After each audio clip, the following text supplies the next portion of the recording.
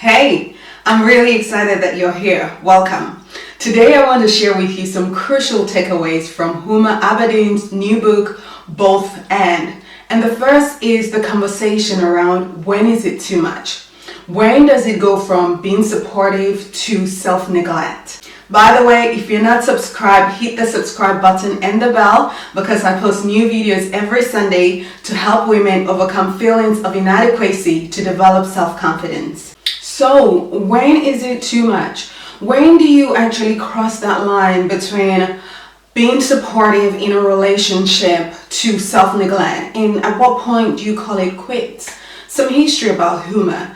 Huma worked with Hillary Clinton from the early days when Hillary Clinton was First Lady, and then she followed her to the Senate, and she continued working with Hillary Clinton to when Hillary ran for the 2016 presidential election. She was also there when Hillary was Secretary of State. So she worked as a top aide and now Chief of Staff for Hillary Clinton. Huma and her then husband, Anthony, former congressman, were also at the center of the email scandal that Hillary Clinton was involved in the run-up to the 2016 US presidential election. To give context to when is it too much, in 2009, when Huma was engaged to Anthony, she found a flirtatious email on his phone.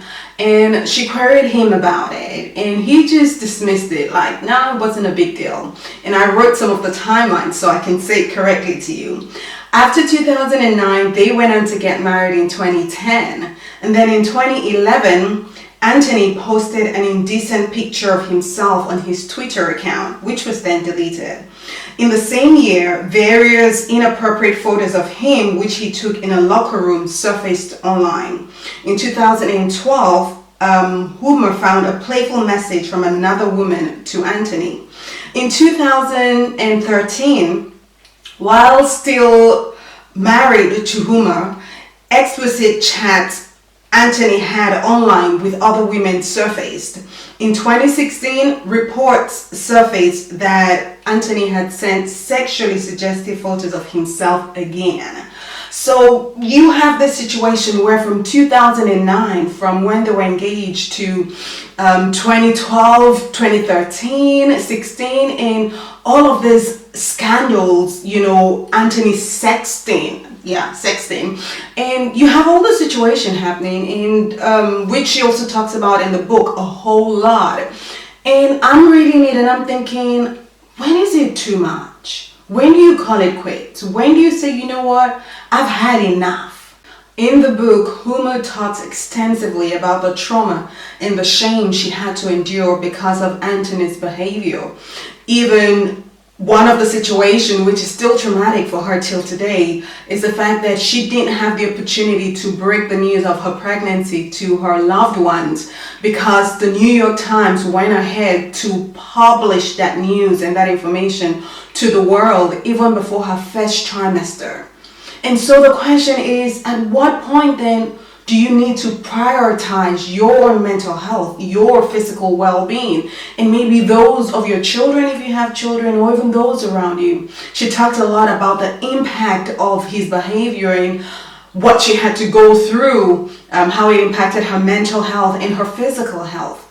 So to you, if you're in a relationship or if you're in a situation, when is it too much? When do you call it quits? When you say, you know what, this is enough.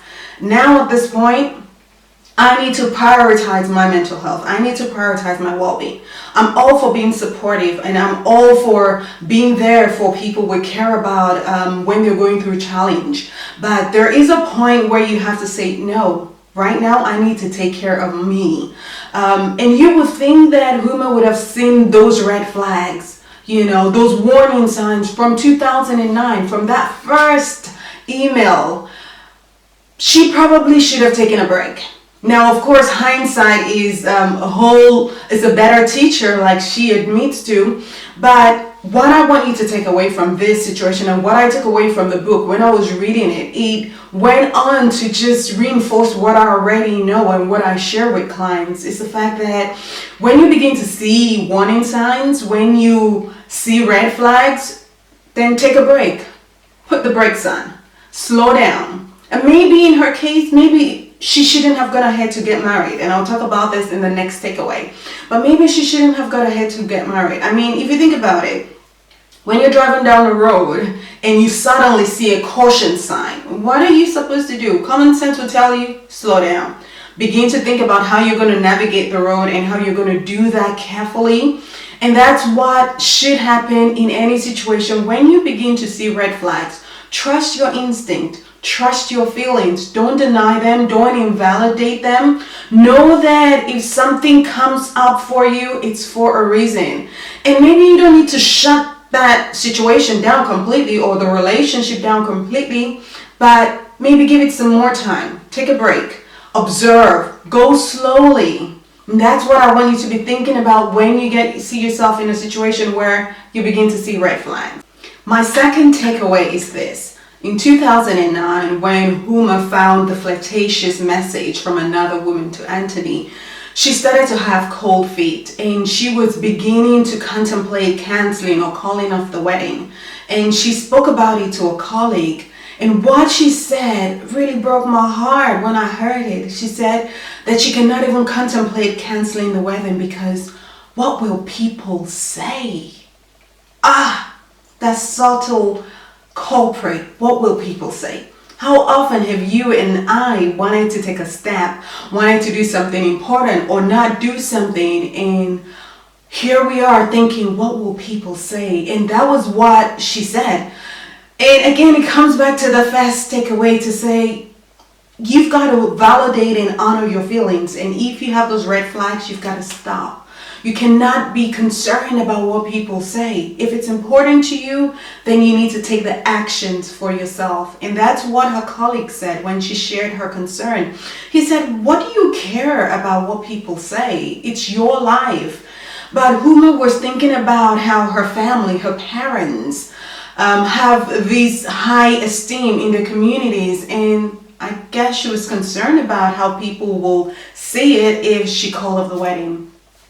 That brings me to a really important point to remind you to live your life based on your values, based on what is important to you, to your family, based on what you want, not by society's standards, not even by the standards your family expects you to hit or attain. It's got to be you. When I read the book and I read through all of the excruciating heartache, the pain, the trauma, the fear, all of that.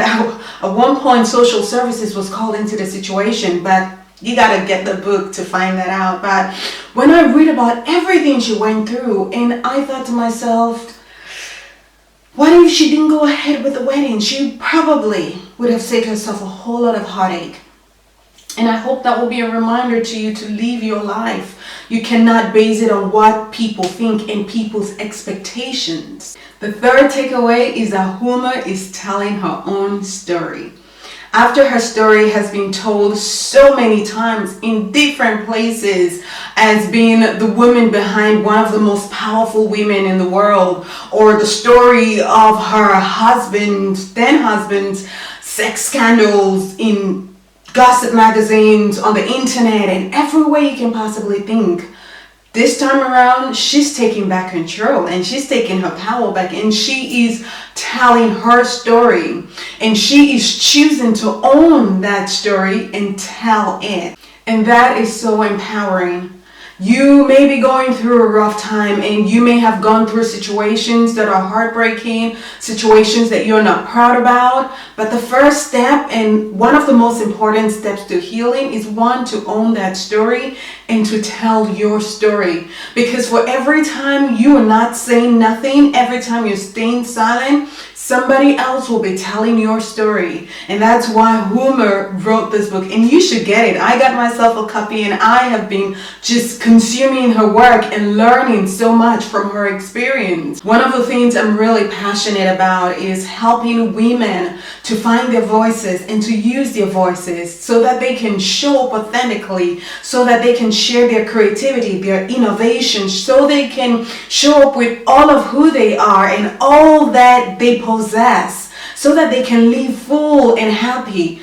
And that's so important in you being able to tell your story, in you being able to say, you know what, this happened, it really did happen, and this is what I'm doing moving forward, and just taking your power back. What are your thoughts? I want to hear your words of wisdom in the comment section. And like I said earlier, make sure you subscribe to my channel, because on Sunday I am going to be sharing a new video which I will be asking you the question, are your life expectations still in your happiness? So if you're not subscribed, make sure you hit that subscribe bell. These are my takeaways from Huma's book. Make sure you get the book. It will really inform you probably about how to manage situations and how to identify red flags early, but also get to know this person. I'm going to see you next week. Until I do so, check out these videos. And if this video helped you, please share it and give it a thumbs up. And I'm going to see you on Sunday. Have a great day. See you soon.